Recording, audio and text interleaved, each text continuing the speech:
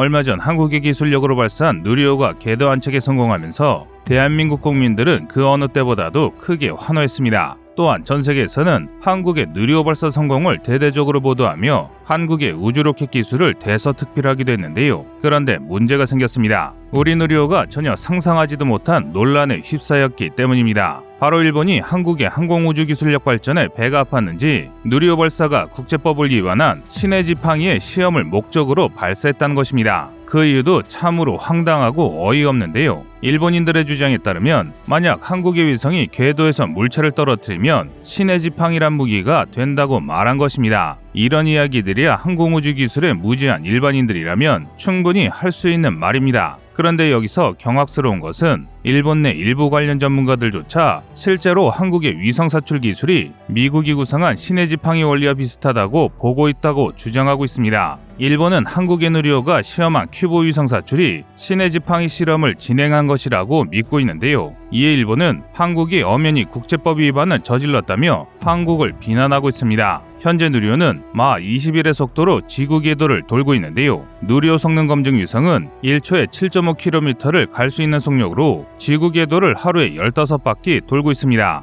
그런데 최근 성능 검증 위성에서 흥미로운 영상을 보냈는데 이것이 뜻하지 않은 사건의 발단이 된 것입니다. 위성이 보낸 약 17초가량의 짧은 영상에는 까만 우주를 비추다 갑자기 작은 고철 상자가 떨어져 나가는 영상이었습니다. 바로 큐브 위성이 성능 검증 위성에서 사출된 것인데요. 사출된 큐브 위성은 조선대학교가 제작한 스택 큐브렉트로 이는 세계 최초의 시도일 뿐만 아니라 세계 최초로 사출에 성공한 장면이었습니다. 큐브 위성은 원래 교육용으로 개발됐지만 최근 전자공학 기술 발전 덕분에 작은 크기에도 불구하고 과거 상용 위성이 하던 임무를 수행할 만큼의 고성능을 자랑합니다. 그런데 이 기술이 상상 이상으로 관련 업계에 큰 파장을 몰고 있습니다. 사실 신의 지팡이란 무기는 미 공군이 2003년에 발표한 신의 지팡이 연구보고서에 처음 나오게 되는데요. 이 무기는 저궤도에서 길이 6.1m, 지름 0.3m의 텅스턴 막대를 지상으로 발사할 경우 지구에 자유낙하로 떨어지는 텅스턴 막대의 최종 속력은 마 100일에 달할 것이며 지면과 부딪히게 되면 11.5톤 무게의 TNT 폭탄 위력과 비슷하다고 밝히고 있습니다. 사실 이 정도 위력이면 전술핵 미사일과 맞먹는 파괴력입니다. 그런데 전술핵은 방사선이나 낙진 등이 발생해 엄청난 정치적 부담이 필요한 핵무기입니다. 뿐만 아니라 아무리 위력을 낮춘 무기라지만 말 그대로 전술핵도 핵무기이기 때문에 자국의 전쟁 억지력을 과시하기 위한 무기이지 실전에서 사용하기에는 사실상 불가능한 무기입니다. 또한 전술핵도 어쨌든 핵이기 때문에 서로 상호 확증 파괴 무기를 사용할 수 있는 단초를 마련하게 됩니다. 이렇게 되면 상대방도 전술핵급 무기 이상의 대처를 할 것은 뻔한데요. 더 쉽게 말해 전술핵 무기는 상대방을 위협만 할 수 있는 무기에 불과합니다. 반면 신의 지팡이는 그런 부수적 피해가 없는 친환경적인 무기입니다. 오로지 엄청난 속도에 의한 무지막지한 충격 에너지로 지상을 타격하는 무기입니다. 그런데 어디서부터 이런 이야기가 와전됐는지는 불분명하지만 일반 대중에게까지 신의 지팡이라는 무기가 절대무적의 공격 무기로 알려져 있는 실정인데요. 또 이와 별개로 몇 년 전 개봉한 지아이조라는 SF 영화에서 신의 지팡이가 사용되는 장면이 나오면서 이 무기가 마치 핵을 능가하는 무기처럼 대중들에게 인식됐습니다. 그런데 현실은 그렇지 않습니다. 먼저 결론부터 말씀드리자면 신의 지팡이는 존재하지 않는 무기입니다. 더 정확하게 말하면 신의 지팡이는 효율이 상당히 떨어지는 무기 체계이기 때문에 지구상 어느 나라도 관련 사업을 추진하지 않았습니다. 우주에서 쏘면 무적이라던 무기를 그 어느 나라도 추진하지 않았다니 이런 이야기가 상당히 의아하실 텐데요. 그래서 준비했습니다. 오늘은 한국의 신의 지팡이라고 알려진 누리호 발사 성공이 다른 나라에게 끼치는 영향에 대해 알아보겠습니다.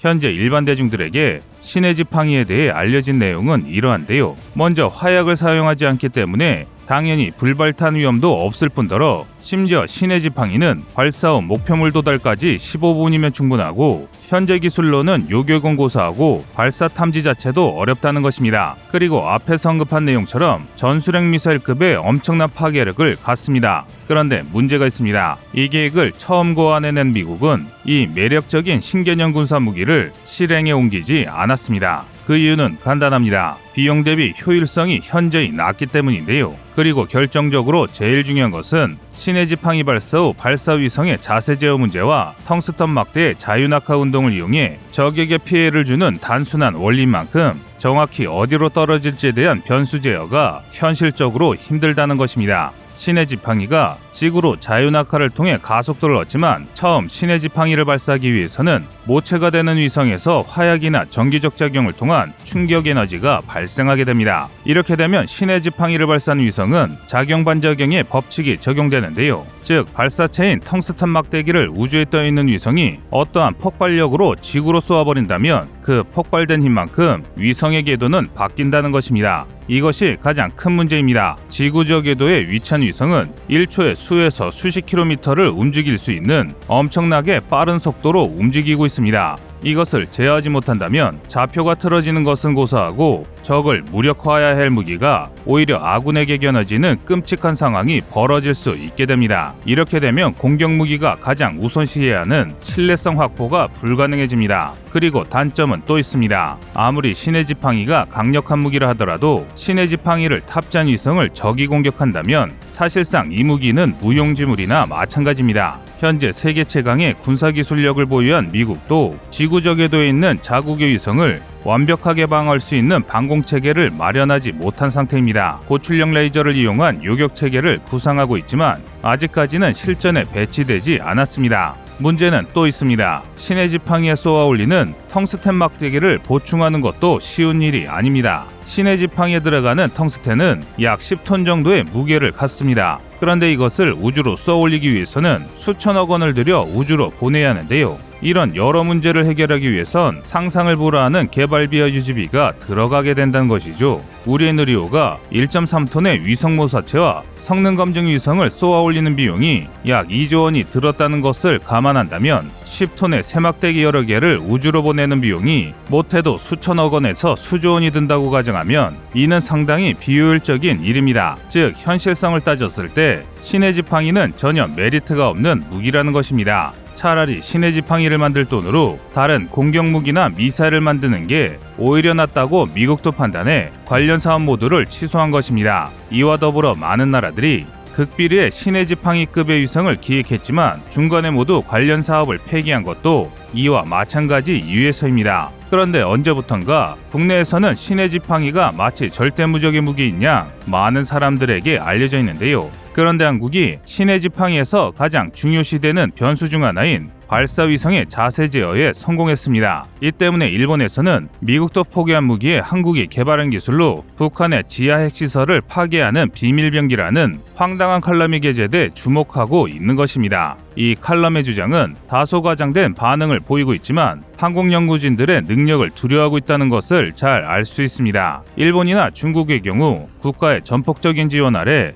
대규모 예산과 수천여 명의 전문 인력들이 투입되어 우주 발사체를 쏘아 올렸다고 전하고 있습니다. 하지만 한국의 경우 약 250명의 개발 인력들과 소수의 관련 기업들이 투입돼 성과를 냈다는 것은 그만큼 효율이 좋은 연구 결과를 내고 있다는 뜻이고 한국인 특유의 믿기지 않는 저력이라고 설명하는데요. 그 근거로 내놓은 것이 최근 누리호 발사로 궤도 안착에 성공한 성능 검증 위성이 보낸 영상을 대고 있습니다. 영상에서는 한국이 세계 최초로 시도해 성공에까지 이르는 우주 기술이 담겨 있는데 이는 고도의 기술을 요구해 선진국에서도 시도를 포기한 기술이지만 한국이 당당히 성공해 전 세계를 경악하게 만들었습니다. 실제로 한국은 이전부터 큐브 위성의 다른 국가의 로켓을 빌려 여러 차례 발사한 것으로 알려졌습니다. 하지만 해외 발사체를 이용한 과거 4차례 큐브 위성 발사에서도 양방향 교신까지 성공한 사례가 없었는데요. 현재 공개된 큐브 위성도 완벽하진 않지만 안정적인 자세를 유지하고 있으며 빠르게 회전되어 교신이 어렵지만 그래도 미약하게 남아 2회 교신에도 성공했고 현재 큐브 위성의 배터리와 전압이 정상 상태로 보여 앞으로 자세 안정화만 정상적으로 진행되면 긍정적인 결과를 기대할 수 있을 것으로 보입니다. 만약 이번에 사출된 큐브 위성이 정상 작동하게 된다면 한국은 민간 분야뿐만 아니라 군사 부분에서도 엄청난 발전을 이룰 것이라고 전문가들은 분석하고 있습니다. 사실 성능 검증 위성에서 큐브 위성을 사출한 것은 굉장히 도전적인 시도였다고 볼 수 있습니다. 위성에서 물체가 떨어져 나가면 반동 때문에 위성이 크게 흔들리고 무게중심까지 달라질 수 있습니다. 이 때문에 사출 뒤 위성의 자세를 안정화하는 고도의 기술력이 필요합니다. 그렇기에 성능검증 위성은 이번에 큐브 위성을 사출할 때 가장 반동이 적은 스프링 장치를 이용해 사출했는데요. 덕분에 최소한의 반동만 받아 성능검증 위성은 자세 제어에 성공했으며 이번 기술을 응용하면 위성 여러 기를 각각 원하는 시간과 궤도에 투입할 수 있게 됩니다. 특히 이번 누리호 발사로 국내 큐브 위성 개발과 활용에 큰 발전이 기대되고 있습니다. 여러분의 생각은 어떠신가요? 이상 꺼리투브였습니다. 안녕하세요, 꺼리투브입니다. 여러분의 가분한 성원에 힘입어 군사무기에 관심 없는 분들도 쉽게 이해하실 수 있는 대한민국의 육해공 군사무기의 숨은 비하 이야기를 책으로 엮었습니다. 하루 종일 검색해도 절대 찾을 수 없었던 비밀스러운 내용을 이제 책으로 만나보세요.